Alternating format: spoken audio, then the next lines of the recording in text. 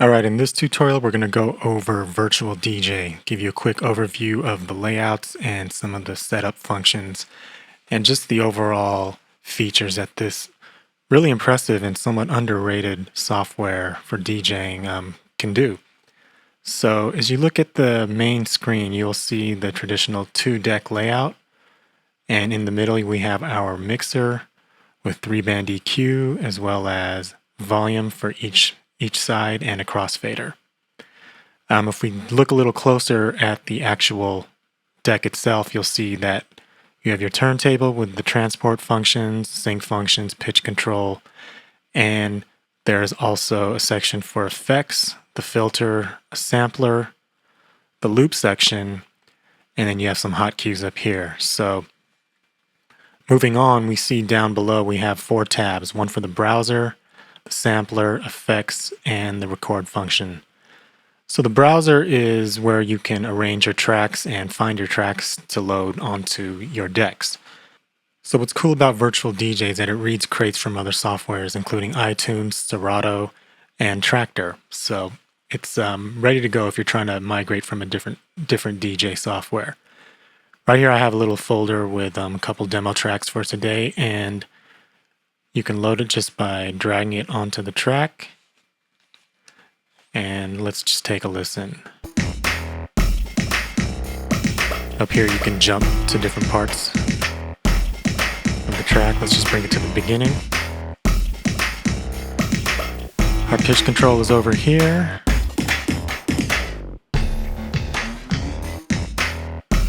Pitch bend. Effects are over here, and you can select from a variety of effects, and we'll engage it by clicking on it. And there are 2 parameter controls which change depending on the effect that you're using. And to turn it off, just click on it again. There's a dual high pass, low pass filter. And a feature that I really like on Virtual DJ is that you can adjust the key independent of the tempo. So this is really good if you're trying to mix and key and get different tracks to lock in. There's also a key lock, so if you wanted to change the tempo but not the pitch, you have that ability as well. As far as looping, you have your auto loop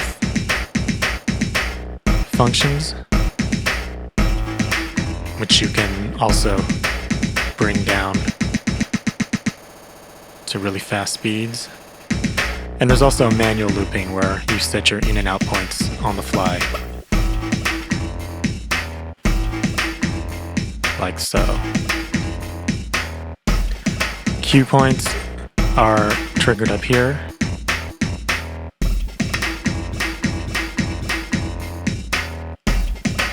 And there's also a sampler, and you can this view lets you load one sample to trigger. Say you have a go-to that you like to use all the time, you can just leave it up top, or you can go to the sampler tab and you can load up even more samples. And just to give you an example,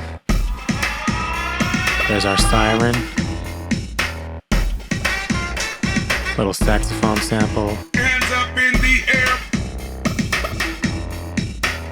So the sampler can play either in a loop mode, like so. Put your hands up in the air, put your hands up in the air, put your hands up in the air, and you can actually adjust the size of the loop with these arrows.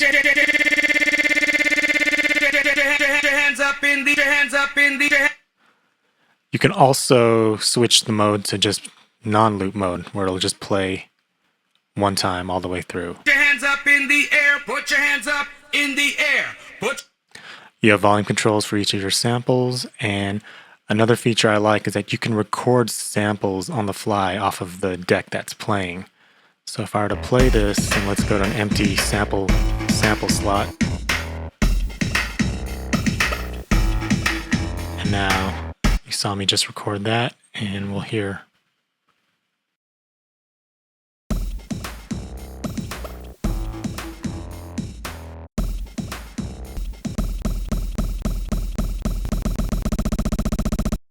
So that was a sample I just recorded on the fly, which is a really nice feature.